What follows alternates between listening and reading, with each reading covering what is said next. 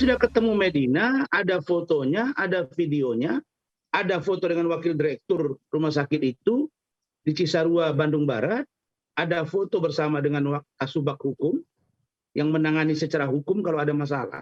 Karena mereka tahu saya datang, maka mereka datang bertemu saya, wakil direktur dengan Kasubag Hukum. Dan para perawat di situ. Memang Medi diisolasi, memang Medi sedang dalam keadaan perawatan. Dan salah satu yang saya kasih bocoran, itu pintu kamarnya dikunci dari luar. Bukan dari dalam. Artinya apa itu? Dia dalam pengawasan yang serius. Karena kalau ditaruh kuncinya di dalam, bisa seketika dia keluar. Makanya dibuatlah kunci di luar. Dan itu saya lihat dengan mata kepala saya sendiri. Sebelum Uya-Kuya melapor, sebelum yang lain melapor, saya lihat juga kok di TV itu. Media udah dirawat. Media itu dirawat dengan hari ini, itu sudah 13 hari. Dengan hari ini. Besok Sabtu, itu 14 hari. Oh, gua nggak bisa ngasih tanggapan, karena kalau emang dia sakit, kita doakan cepat sembuh lah. Cepat sembuh agar yang bersangkutan bisa segera sembuh dan menyelesaikan tanggung jawabnya di mata hukum. Dan juga menyelesaikan urusan-urusannya dengan orang-orang lain yang masih berurusan sama dia. Medi kan sakit. Orang sakit tidak dapat diproses hukum. Orang pelaku tindak pidana korupsi saja, kalau dia sakit, tunggu dia sehat. Orang yang sedang menjalani hukuman terpidana, kalau dia sakit itu dibantarkan. Kirim ke rumah sakit. Dan ini sakit serius, yaitu sakit bipolar. Ya, pokoknya tunggu beberapa hari lagi atau weekend ini, pokoknya gue belum bisa ngomong soal proses hukumnya, karena gue pasti akan ngomong dalam waktu 1-2 hari ini. Tunggu aja besok atau lusa gue akan kesana kok. Akan kesana lagi. Udah, nanti gue tinggal datang lagi untuk menanyakan kembali kok, di akhir minggu ini. Selama saya jadi di dunia entertainment, saya belum pernah ngelapor polisi. Adapun waktu soal netizen yang ngurusin dulu pengacara saya, terus saya juga ibaratnya mendapat somasi juga sebagai pribadi belum pernah. Kalau dulu di acara yang pagi-pagi happy, saya disomasi kan bukan saya, acara saya. Saya pernah dulu dipanggil polisi jadi saksi juga sebagai acara saya. Kalau pribadi saya nggak ngerti bahasa apa LP, SPKT. Spokat, saya tahu SPKT spokat karena si Mbak itu pernah bilang gue SPKT ya gitu. Sampai sekarang gue nggak tahu SPKT. Gue tanya tim gue juga SPKT apa, nggak ngejawab. Apa? Pelayanan terpadu malah katanya Pak ya. Coba kasih tahu dong SPKT itu apa sih? Jadi kayak membuat laporan gitu Bang. Iya. SPKT itu ya. Kalau misalkan Abang mau lapor nih kemarin 4 hari lalu. Iya. Itu namanya SPKT. Oh, itu namanya SPKT. Iya. Dan nanti gue tanya pengacara gue dulu, gue nggak tahu namanya. Iyalah, karena gini. Kalau orang bilang kasihan lah Uya gitu. Justru kalau gue kasihan sama dia, yang gue lakukan ini adalah sebagai bentuk perhatian gue sama dia. Supaya ada efek jera. Karena ternyata kan korbannya justru banyak banget. Banyak loh, bukan cuma 1-2, banyak banget. Dari orang yang juga pas-pasan uangnya juga ada. Sampai orang yang kaya raya juga ada. Iya kan? Jadi intinya kalau nggak dikasih efek jera, lo nggak akan sadar. Ini buat kebaikan lo juga. Kalau nanti akhirnya lo masuk penjara, mudah-mudahan lo insaf. Sehingga nanti lo keluar dari penjara, lo bisa bertanggungjawabkan perbuatan lo, sehingga lo nggak sampai tua jadi penipu terus. Intinya gitu. Korban-korban yang ternyata juga adalah korban dari Mbak ini. Dan itu juga bukan gue yang nyari, mereka yang datang ke gue kok. Mereka yang akhirnya mereka punya kekuatan untuk melaporkan.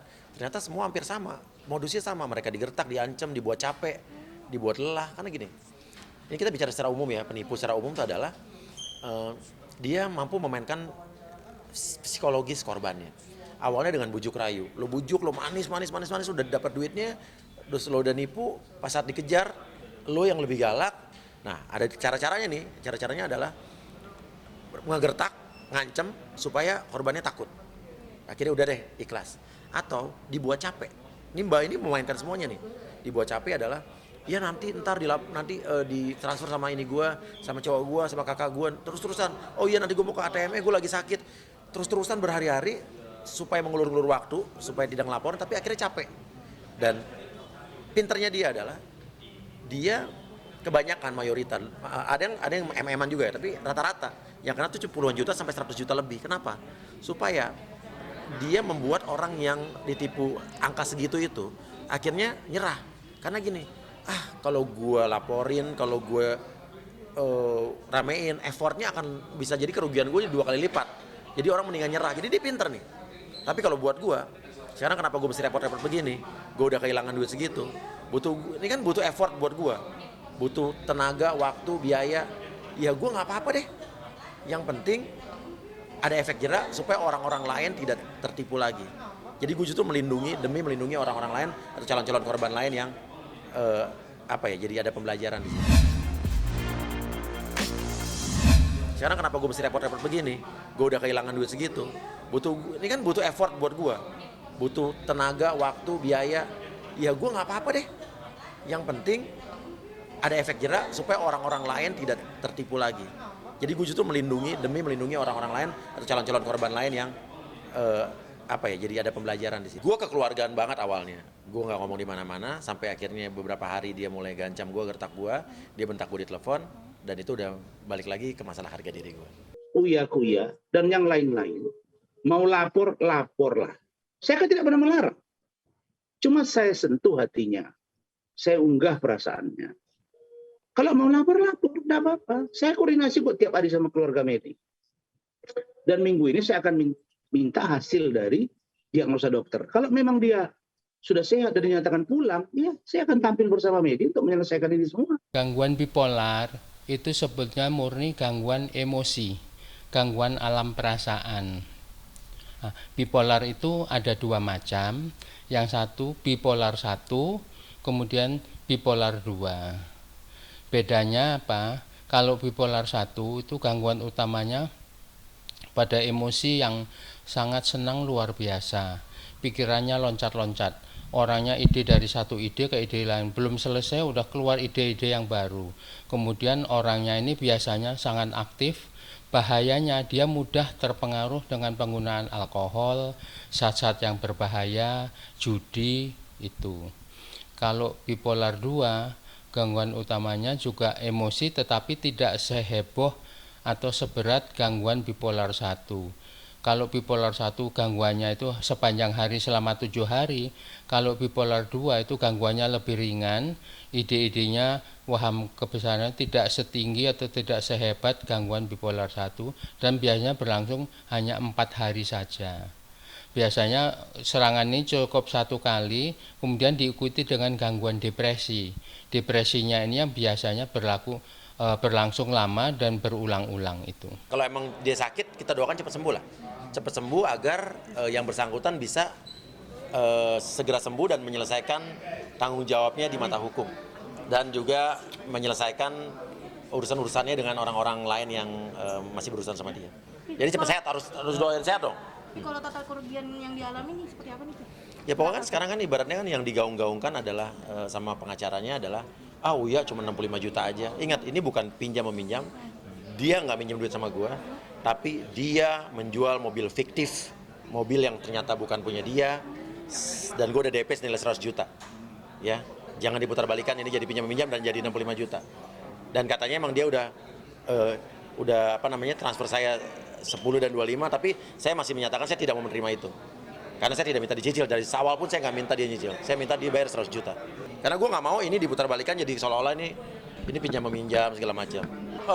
Kalau keluarganya Preskon sih menurut gue ya tugas dari keluarga emang harus memberikan keterangan dan keluarga tuh harus melindungi keluarganya, anggota keluarganya. Tapi ya ibaratnya jangan lupa kalau saya juga punya keluarga yang berlaku salah, saya emang harus mendampingi dia, saya bukan membela dia melakukan kesalahan jadi dibenarkan, tidak boleh. Dari awal kan gue udah bilang sama dia, ini lo bayar gue pada saat itu, masalah beres, lo udah nipu. Dia udah mengakui juga kalau dia bohong, dan dia udah mengakui juga kalau itu bukan mobil dia. Gue udah rekaman suaranya, tapi gue nggak bisa publish di sini. Dan gue udah bilang, lo selesaiin ke gue, masalah ini selesai. Dari kan gue dari awal-awal nggak pernah statement kan di mana-mana. Gue mulai statement keluar di sosmed setelah dia mulai mengancam gue, menggertak gue dan lain sebagainya. Dan dia mulai membeberkan cerita palsu yang dibilangnya katanya gue yang meng-cancel jual beli mobilnya. Nah, itulah gue mulai ngomong. Itu kan waktu lebaran kemarin ya. Waktu lebaran tiba-tiba dia bilang butuh mobil apa enggak, gue bilang enggak. Dia mohon, dia mohon lah pokoknya. untuk rumah sakit, tiba-tiba berubah lagi untuk bayar klinik segala macam, sampai ngasih emoticon nangis. Ya gue kasihan. Akhirnya gue bilang, biasa gue kan nggak pernah beli mobil tanpa lihat dulu. Gue bilang mana lihat dulu, dia nggak bisa, tapi gue butuh duitnya. Akhirnya gue bilang, yakin nggak bekas banjir, bekas nabrak ya 10.000% dijamin. Kalau nggak viralin aja dia bilang gitu katanya. Ternyata gue transfer, mobilnya nggak kunjung datang, malam-malam akhirnya datang cuma satu, dan ternyata juga itu bukan mobil dia, mobil orang yang orang juga kaget. Orang itu taunya datang ke rumah sakit itu, dipikir yang mau beli mobil si mbak itu katanya, ternyata kok gue. Akhirnya dia ngomong terus terang nih, dan orang itu juga tidak terima duit apa-apa dari si mbak ini.